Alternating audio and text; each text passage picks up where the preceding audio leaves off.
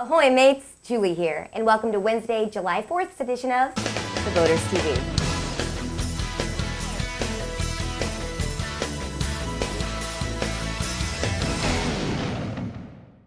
I'll explain the shirt here in just a bit. First up, here's some news, just for the whole of it.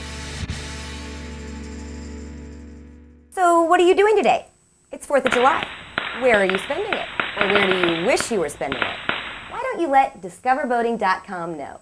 Discover Boating is the national awareness campaign managed by the National Marine Manufacturers Association, and they are currently conducting an online poll as to what you think is the #1 spot in America to witness 4th of July fireworks from your boat. You have until this Friday, July 6th, to cast your online vote. To do so, visit DiscoverBoating.com. The winning city will be announced on the 13th. And here are the top 10 nominees for the 2007 Top City to Watch 4th of July Fireworks from a Boat.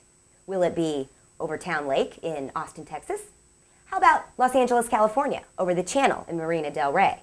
Or is it along the Lake Michigan shoreline at the annual Summerfest in Milwaukee, Wisconsin? That was last year's winner, by the way. How about New York City, where the Macy's celebrations are launched from 2 East River locations? Another nominee is Harriet Island's Taste of Minnesota in St. Paul. Or maybe it's over Tom Lee Park along the Mississippi in Memphis, Tennessee. Or is the top 10 spot in Myrtle Beach, South Carolina at the beach over Lake Broadway? How about Philadelphia from aboard a boat on the Delaware River? Or Tacoma, Washington at Freedom Fair events along the Ruston Way waterfront? Or how about Chicago, Illinois over Lake Michigan and Chicago's famous skyline? Go vote for your pick at DiscoverBoating.com. And if you think you know the best spot and didn't see it on the list, they also offer you a place where you can nominate your choice for consideration next year. And yeah, that's why I'm wearing this shirt. Not only was it the only red and blue thing I had in my closet, but I grew up in Indiana, and my pick would be over Lakes Wawasee and Syracuse in northern Indiana. Of course, I didn't expect to see them on the list. There's no major city nearby. But for all the charming little bodies of water out there, I had to represent. Next up, it's Let's Make a Deal time, where the topic is boat and boating accessories sales. My, how times are a-changin'. MarineMax, the nation's largest and most successful recreational boating and yachting retailer with over 88 retail locations in 22 states, announced that it was conducting a blowout sale. Nothing new there. On eBay. What? Buying a boat on auction without seeing it? Surely this can't be. What about the salesperson? My buddy, my boat counselor. I mean, this guy promised to take care of me when I'm old if I bought that 40-footer from him. Well, Julie here did some homework and found out that the MarineMax store on eBay has had 560 sales with 99.8% approvals. That's right, only one upset customer out of over 560. So not only are they auctioning boats and accessories online, but they're giving incredible service. Visit stores.ebay.com/MarineMax with 2 X's to see it. They carry all the top brands, including Sea Rays, Boston Whalers, Mercury Parts. They've got used cuddy cabins, cruisers, fishing boats, and all the parts and accessories you'll ever need for sale there. Like I said, times, yes, they are a-changin'. Can't believe only 1 out of 560 wasn't happy. Next up, it's our Ship a Fool segment. I received this one by way of viral email the other day. Most definitely a major boating blunder. Check out this photo of a gorgeous 65-foot custom-built motor yacht being delivered to its proud new owners. You can see the crane and rigging in this shot, but what you might not notice is that it comes complete with a faulty turnbuckle. Look at that guy on the stern holding on for dear life. And what do you want to bet those are the corporate representatives who were just moments away from inking the final paperwork on that sale? Oops. And finally today, I have another one of these segments planned for tomorrow, but what the heck, it's a holiday. Let's get wet and wild. Introducing a product that will surely allow its users to get in touch with their inner dolphins.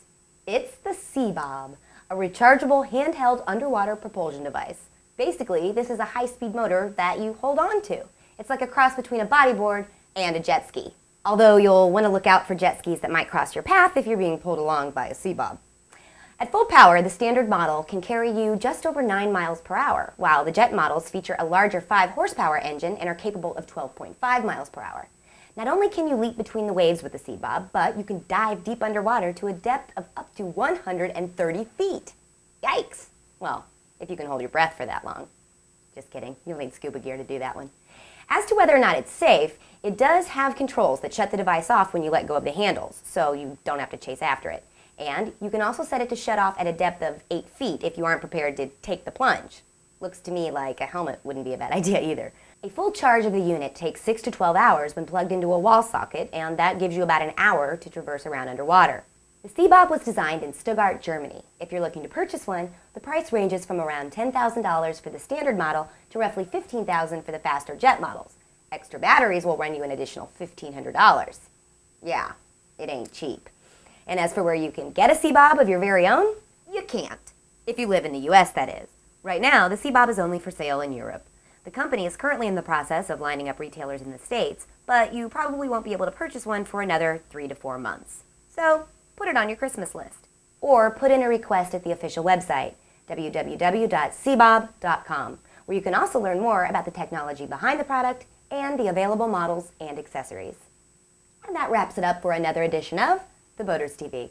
Join us on Friday when we'll review the summer's hottest boat towables from sportstuff.com, and where we'll be joined by a new national TV star angler who will deliver to you our very first ever fishing tip of the week.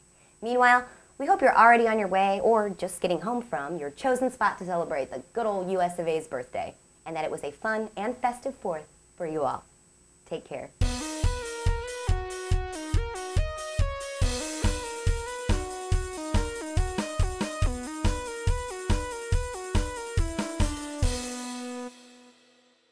This episode of The Boaters TV was brought to you by the letter H.